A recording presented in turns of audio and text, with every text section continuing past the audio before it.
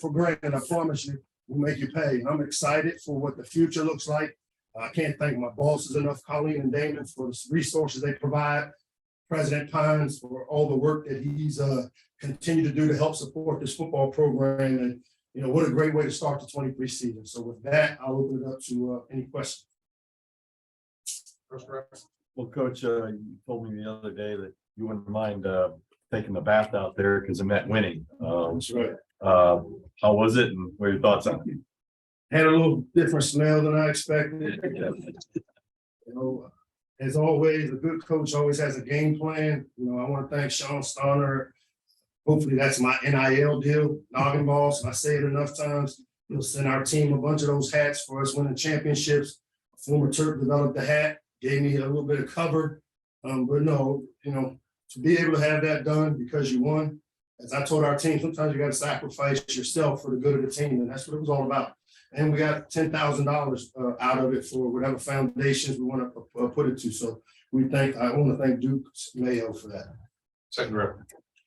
Mike, with all the offensive firepower in the passing game this year, how proud are you of what the defense did today in the last 2 games? Man, those dudes played their butts off, man. We put them in some tough situations today with short fields, and we oftentimes talk about holding the field goals, and you know, holding the field goals today because we weren't as clean as we needed to be on offense. We had some red zone goal line opportunities where we were just not clicking on offense. And so, you know what? Some games it turns out the way it did today. Ryan Williams, Lance Thompson, Wes Neighbors, James Thomas, Henry Baker, and all those guys that work on our defensive side of the ball really did a tremendous job of what our goals are, so to make them kick field goals in the red area. And that was the difference in the game for us. Coach, what was the decision to have didn't start the opening drive before Khalid came back on late? Well, I mean, as y'all know, man, I'm a protective father. So when we have things that are in-house, we keep them in-house. We've had games where there were other people that hadn't started for whatever reason, and y'all don't notice it. But when it's a quarterback, it's a big deal, and it really wasn't.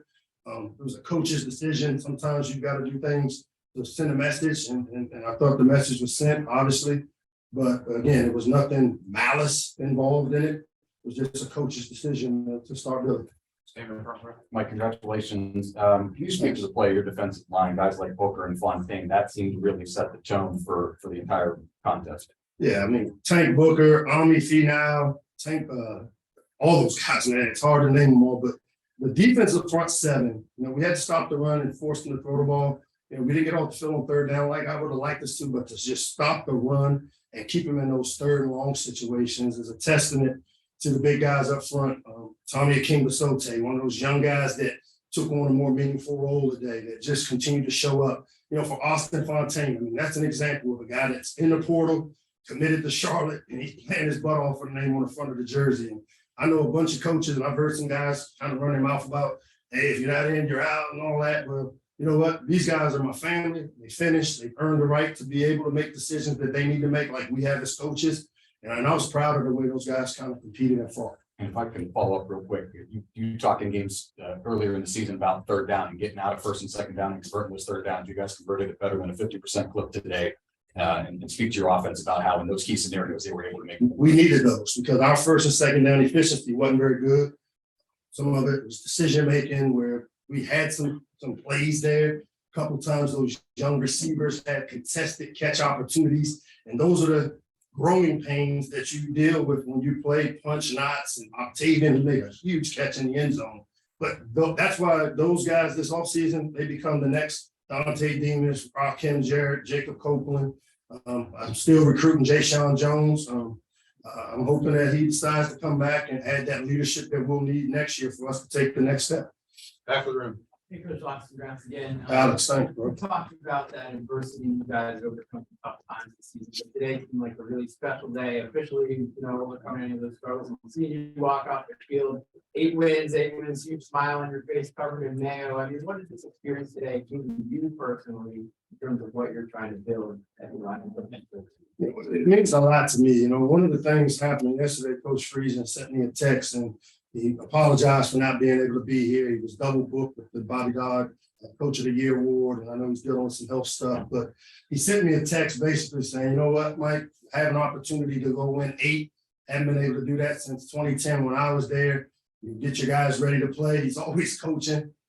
Again, one of the mentors for me. He's always coaching me as a head coach. He said, "Hey, did you call South Carolina about the bowl game because they won the game?" And he taught me that you called the team that won the game the year before. But obviously, I guess South Carolina and Maryland got some issues, is what I heard. Like I told Damon, line it up, buddy. Line it up. So didn't call South Carolina, but we kind of learned the Mayo Bowl people did a tremendous job all week long of putting us in a great situation. Our players had a great experience, and I can't be more thrilled for this team.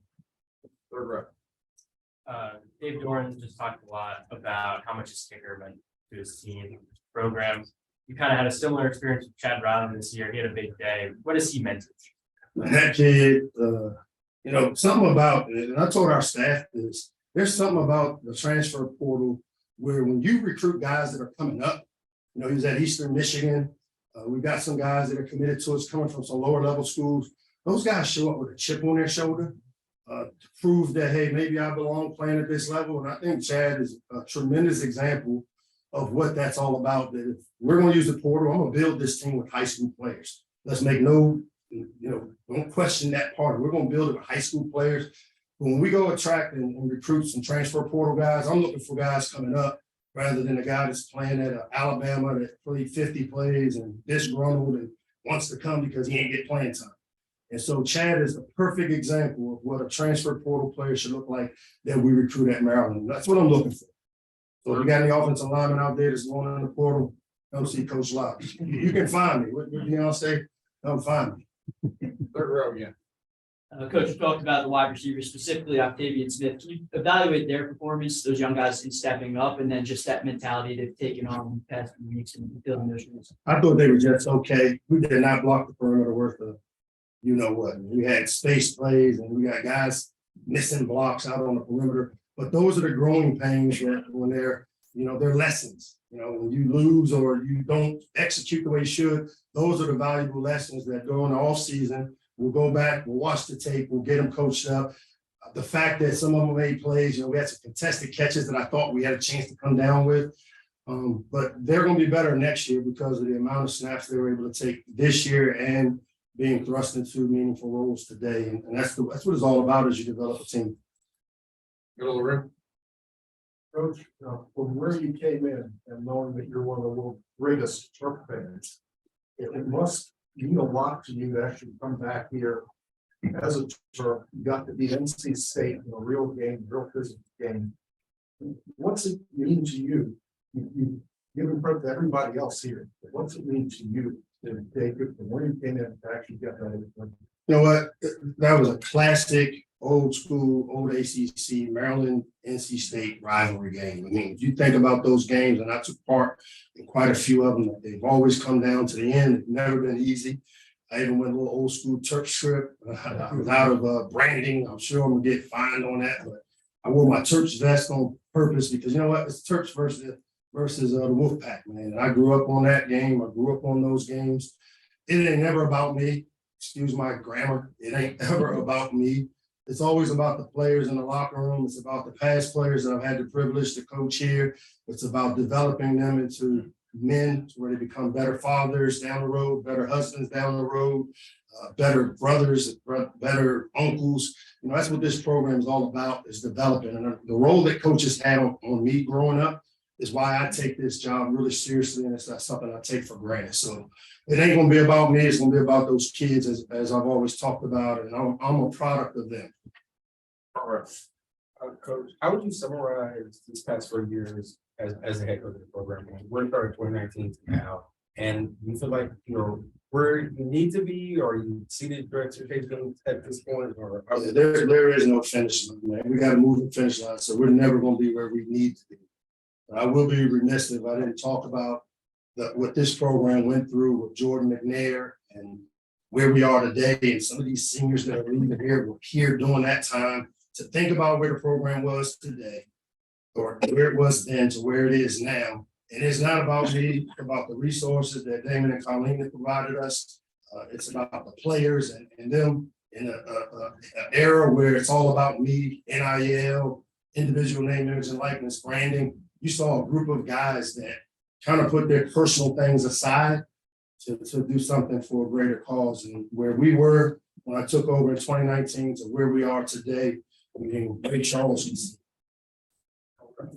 Congratulations on the win. I want to ask about two different facts. you're gonna ask one of those for a long question. I was just gonna ask what you think about, the Corey Bennett gets to close out his career with that interception. What does that mean? That right there is a testament to who he is. Here's a guy that has a Senior Bowl invite, probably somewhere in the second to fourth round draft pick. Cared about his team more than his individual self, and it's not a knock on players that didn't play in this game, because I got respect for them, and everybody has to make whatever decision's best for them, and that's where we are in society. But to see Jacorian, to see Jalen Duncan, who's our highest graded player on our team, that'll have a chance to play on Sunday, Jahari Branch, Spencer Anderson, all those guys come out, compete, play, and finish. And that's what one of the pillars of our program is, to finish. And we coach it up, whether it's in the classroom, whether it's on the football field. And Jacorian came out and finished, but he also laid the foundation to next year's seniors of what it means, man. Sometimes you got to put your personal goals aside and realize that this team is why you maybe have the opportunity that you had moving forward. Then one of those young corners, Gavin Gibson, which is the performance thing. I thought Gavin played well. He's one of those guys that's feisty, plays physical, made some plays, broke up some third down passes. He's playing back here at home. We've recruited this area really well. We got some good players signed. It's coming to play for us from down here. And so, any chance we get to play an ACC opponent just because of the old relationships and rivalries part, as I've told Colleen, who does our scheduling with me, those are the type of games we want to play because, they're great opportunities. But I thought Gavin did a tremendous job for a young player today. Last question, third round. Piggybacking on being a mentor and helping the kids develop and grow. Is there a player or two that you could say, these are the most, these players have really put it on the line and they would be the most improved players for this year? It'll start with me with Austin Fontaine, man. I can remember coming here in 2019 and Austin sat in my office with this glassy look. You could kind of see his soul. He said, I don't want to be here. I want to transfer. I saw him battle through adversity, personal things that he's had to battle. And every year you just saw Austin get better and better and work with all the people, the resources I always talk about. And he utilized the resources we've had, earned a degree. I think he's committed to play here locally at Charlotte. And to me, he's the picture, if you opened up what the Maryland program is all about in developing the man as a whole. Austin Fontaine would be one of those guys as he leads our program. Thank you. Thanks, guys. Well, bowl game MVP Jacorian Bennett up podium right now. Okay. All right, center stage. Third round. Dorian, obviously, biggest play of the game there, that interception. For you, that's, been through everything that you have to wrap up your college career like that. Where did that play go? It's so good. Came back to finish with these guys and just had the opportunity to kind of close the game out with that play. It is something that I've been working on. Great preparation. Coaches did a tremendous job with the game plan, and coach said we have opportunity to play, we'll make a play, and Saturday we had to do. Was ever doubt about playing this game, and just your box to say you had the senior play, a lot of guys in your position didn't play. Why was it so important for you to play as well? This is why, to finish, get that 8 win, meant a lot for the guys in the locker room, and I feel like I kind of owed it to them, because who am I to, not finish this season out, So yeah, like it was a no-brainer. I love football. And I get an opportunity to play the game I love. So Now that you kind of, Maryland career is officially wrapped up, what is the school and this program meant to you? It's meant a lot. It's really changed my life. Just coming from JUCO, coming here, I knew I could, change this program around. And, from the COVID year to last year to this year, 2 back-to-back bowl wins, it means a lot just to see that all the labor that we've done has come to fruition. And Maryland definitely means a lot to me. Just how Locksley kind of gave me that opportunity to just come here and just do what I love. And so that bond I built with those guys in that locker room, it's a bond that can't be broken. And so I really appreciate Maryland. Is there a moment that sticks out to you where you feel like this is what Maryland needs here, this is the impact I've left on this program? You said one moment? Yeah. Moments like this, last year bowl game, because I don't think we didn't win a bowl game in a little minute, we won last year. So, getting another one back to back. So like moments like that really kind of catapult this program to the next level. So hopefully, they use that momentum to take that next step. Coach talked about, feels like this team can compete for a Big Ten title. He says some people might laugh at that, but he says, I believe that. Do you believe that? Of course.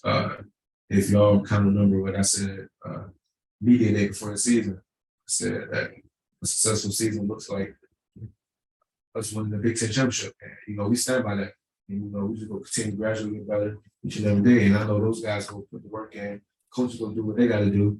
They go bring in, some guys, but that's the goal every year, to win the Big Ten championship. I feel like if you kind of, set the bar a little low, and that's all you'll get. But why not, shoot for the stars and hit whatever you can. Jordan, where do you see those biggest differences from when you arrived in 2020 with the program to now? The brotherhood, that's gonna be easy. Just the bond that you have with the guy you love out to your right, it's unbreakable. It's just knowing that he's gonna give his all, and you're gonna give your all. And once we do that, we just kind of, communicate, talk to each other, and just be accountable for what we're doing out there. Nothing can really stop this group. I believe a couple of years ago, you had a problem with the phone, and you were out there playing quarterback with the test sign. Mhm. There were a couple opportunities to make a play that you just did. And going back and talking about that moment, when you talk about the work that went into not only being there, you were there a lot of times, but being there and making catches. It's just something I kind of work on after practice every day.